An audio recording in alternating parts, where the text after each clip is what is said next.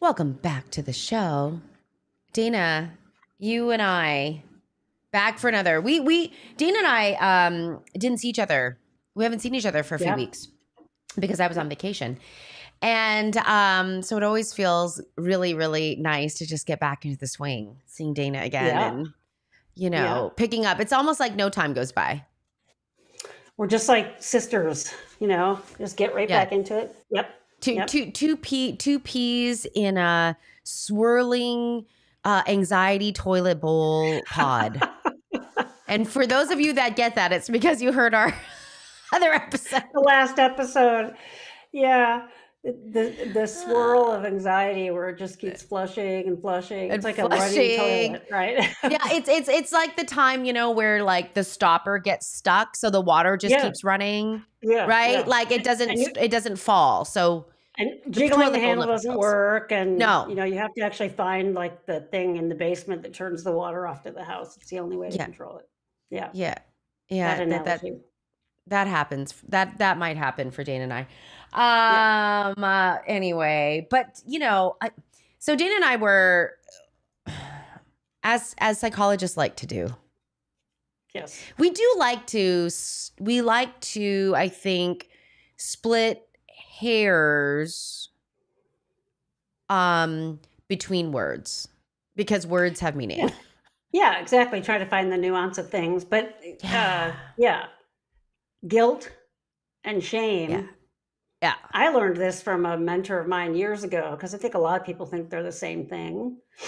But that shame is like that toilet thing where you can't turn it off, right? But guilt is I did something wrong, and shame is I am wrong. So guilt is sort of like I feel bad about a behavior that I did, right? Shame is more, it could come after guilt. Like I did something and now I feel like I'm worthless or a bad person for doing that. I certainly heard the phrase shame on you growing up. That was sort of a tactic that most parents use. Shame on you. Yes. Right. Yeah. And it really was this sort of zip wire to not, it's about just your behavior, but you as a person are bad. Right. And shame is a thing that does a ton of damage. And I think trying to undo shame is sort of pull yourself back up into the guilt thing. And did I really do something wrong that like hurt another person? Is there something about my behavior I want to change? And if not, then you're just down that shame cycle. But we talk a lot about complex trauma on the show, and shame is complex trauma's number one son, right? Just is like right there, they're best friends. And it really is a way that and it's cunning to work with in therapy, right? You and I both know this as therapists. You have to get to those shamed parts, but it's not fun to go there as a client. The feelings are awful. They're very scary, very large. And usually engaging in avoidance is the strategy to keep them at bay, like that we do, right? Mm-hmm. And so to ask someone to willingly walk into that and say, oh, well, let's look at your shame and let's talk about how you feel about this and how awful you feel about yourself. Not just for the sake of like dredging it up, because that would just be like recapitulating trauma. We do that as therapists so that we can reframe it then and say, or reality check and say, you are not bad because of that, right? I think I've told the story in here many, many episodes ago of this Walkman I got for Christmas one year that I loved, took it to the beach. I hung it up on the railing when we were rinsing our feet off after getting off the beach, because of course we couldn't have sand on our feet getting into the car because my dad was insane. We're at the beach. Sand's going to get in the car. Anyway, So I hang this thing up on the railing and realized when I got home that I didn't grab it again.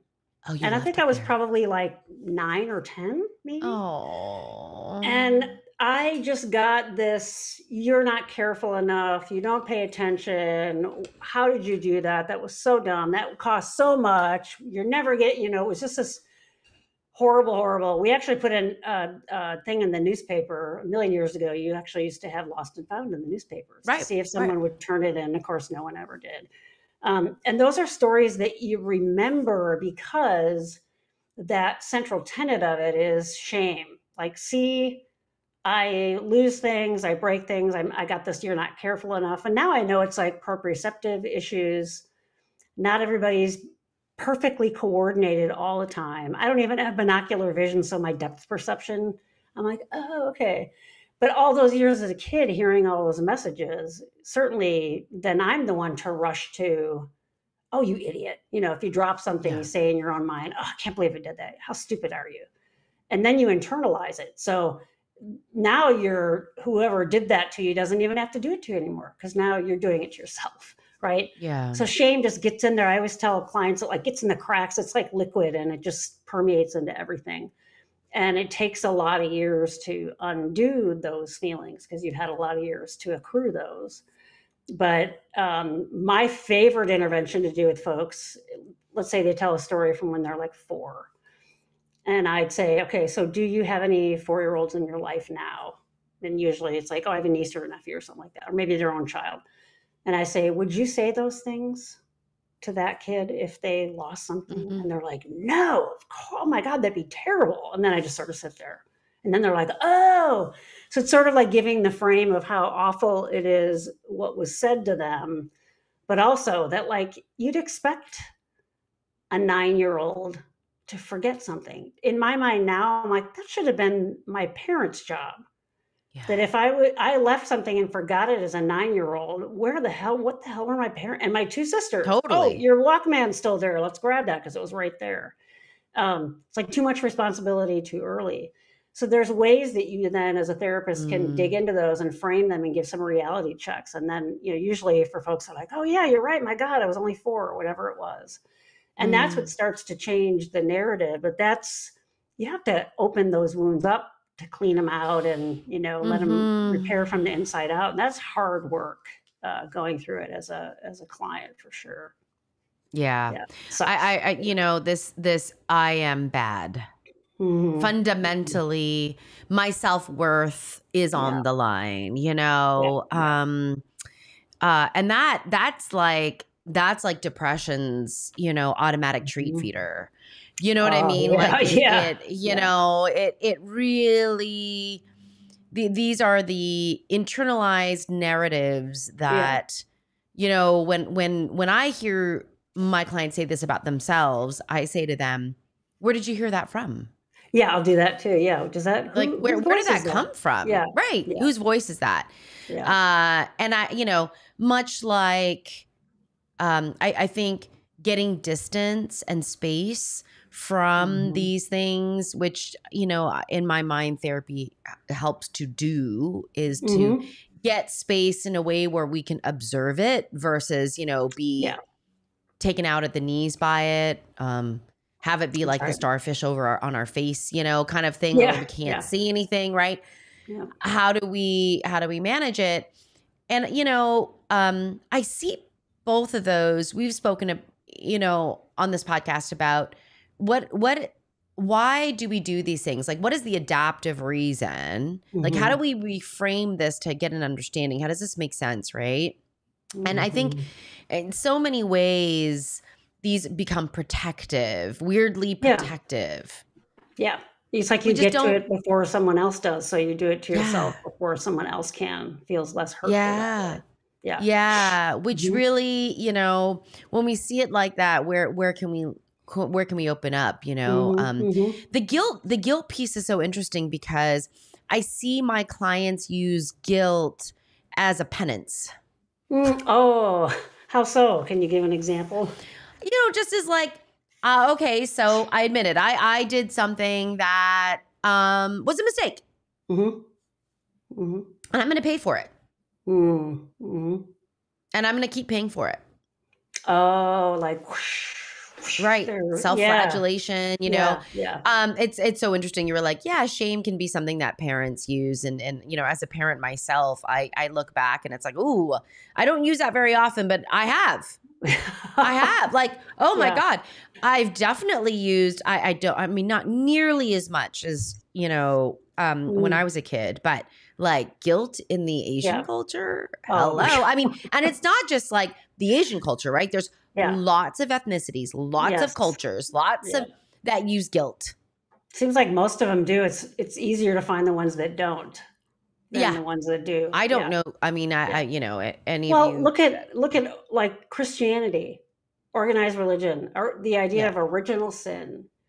Yeah. You're born having done something wrong just for existing. Like Yeah. that's, Only if you're a it's woman. Oh, sorry. yeah, and worse if you're a Just woman, kidding.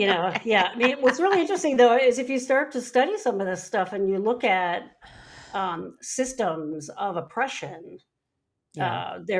you can have like a parent shaming, you can have a self shaming, sibling shaming, partner, whatever, and then you can get into larger community shame and things like Yeah. that hierarchical structures of control in our world that use shaming kinds of things to oppress, right, and to keep people in Yeah. line and to keep there's some of that is you need to keep an organizational structure of society or just be pandemonium. But at what point does it sort of flip over from, uh, that, okay, you did something wrong. You broke that plate because you really weren't paying attention and you Mhm. should. And next, let's Mhm. have you learn from it. And maybe next time be more mindful Mhm. versus, oh God, you horrible POS because you aren't paying attention. You stupid kid, that kind of stuff where it's more about an attack on self, right? Yeah. And messages we get these societally around like body image, for example. It's starting to change now, but my Yeah. growing up, no one on TV had more than like 10% body fat in any commercial, any print ad, anything. And so if you didn't ascribe to that norm, there was something wrong with you. So there are ways and other subtle ways that you can be told that you aren't conforming or you're not good enough or you don't measure up or whatever else that is. And these are real systems that are hard to fight, right? And so if you can't change it out here, the only thing you can change, like you said, is what's that voice? Where did it come from? Who told you that? What purpose might it serve now? Or are you just berating yourself, right? I can remember one of the most liberating moments for me in this office, actually, because was a bedroom and I needed more room. So I took the closet out just to make this room bigger for my office. Um, and I was a little bit worried because I hadn't done anything that big construction yet. And I said to my wife, well, what if I do it and I don't know how to like fix the drywall and all that? And she's like, then you just call somebody to fix it. Mm. That had never occurred to me in a million years. I'm like, no, You better if I do it no, and you I gotta fix screw it it up, yourself. I'm stuck with You it. got And yourself into that situation. now, exactly. And I was like, Oh. oh, and I did it. I did it. It wasn't a professional job. I'd never done it before, but I did hire a handyman to come and help. Yeah. And he said, "Oh, you actually did a really good job." He said, "Here you can see where the bubbles are from the tape, but those are easy to fix. Pop them, cut them out, and redo it." And he showed me how to redo it. And he says, "You actually did a really good job for your first time out." And I thought that would be good parenting. If you've never done something before, of course you're not going to do it perfectly. Right. Right. Approach it. It's okay. You good job. Let's fix this. Let's fix that. I'll show you how. We'll have you try next time. And I wouldn't expect perfection from you. And so she really gave me permission when I'm doing any of those projects like that Mm. to actually not have the fear of having to have it perfect from the get-go. Right. And I learned this from other people. I had a art therapy mentor who would say, there are, like, we'd be drawing or something and I would make a mistake. And she says, there's no mistakes, only creative opportunities. And I'm like, oh, blow sunshine up like, it just felt like, oh God, All right, bunnies and yeah, glitter. where are the crystals hanging down your neck? Yeah, yeah. But then I was working with these markers that were like the kind of marker they have to shake. They're almost like paint, and a big Yeah, blob yeah. came Oh, out. Poscas. Yeah. Yeah, it was these Yeah. drawings that I do, these abstract drawings. I'm like, oh my God, it ruined it. She's like, no mistakes, only creative opportunities. So I thought, okay, well, I'm going to use the blob that's on there then and make something out of it. It turned into something really awesome that I never, ever would have done had that big blob never come out. So then Mm. I heard Barb's voice and I'm like, oh my God. And it's sort of like they seem like these subtle things that people say to you or reframe for you, but it changed everything because it gave me permission to not be perfect. It gave me Yeah. permission to not just make a mistake, but get help if I needed it. That if Yeah. it's something I haven't mastered, of course I'm not going to do it right out of the gate, right? Yeah. And it's okay to make a mistake because you can turn it into something else, or you can start over. And Yeah. practice makes perfect. You do it over again. No Um, waste. Yeah. yeah, No yeah. And there's waste. so much terror and fear when it's not guilt. When you did something wrong, like you gave that example, you're kind of like, oh, I know I did something wrong. Then you can hurt yourself around it. Then you are internalizing shame around it. But that shame piece can really terrify you, right? But you have to Oh make yeah. friends with it. Yeah, I had another mentor who used to do this thing Yeah. in the workshops that we ran. We had a session called Rules and Rules where he talked about like weird thinking patterns that alcoholic family systems have. And so he'd Mm. have this puppet and it would be shame. And he'd say, you're trying to get rid of it. And it keeps coming back and it gets bigger. The more you ignore, the bigger it gets. And he'd say, so you need to turn around and say, hey, who are you? And shame's like, oh my God, you're looking at me. You have to sort of like make friends with it and say, I don't want to jettison you because you're an aspect of me. But let's work together because you're in pain, I'm in pain. Let's work together to deal with this. And I still remember that silly little puppet show he used to do. Because sometimes it just is that reframing of it. You see someone else saying, oh, it's not just me that has all those internalized messages. This guy's doing a puppet show about it. So it must actually be like a thing. And everybody Yeah. else is sitting there listening to it going, oh, yeah, I do that too. So you're not Yeah. alone in this either. Everybody has certain versions of these, right? Yeah. But just catching Yeah. yourself so you have the opportunity to face it and deal with it because it doesn't belong to you. Right? Yeah. I mean, and identifying it. And I really like that we're talking about, there's a difference between guilt and shame, Mm-hmm. and that guilt can become shame. Yes. Yeah. Right. And so, what are I guess in a way for me, it, in my mind, like the loop that gets opened, right, is Mm-hmm. what are the current narratives you have about yourself? Yeah. Like, just, what are they? And how often do we sit down and say, what are the ways in which how do I think about myself? Yeah.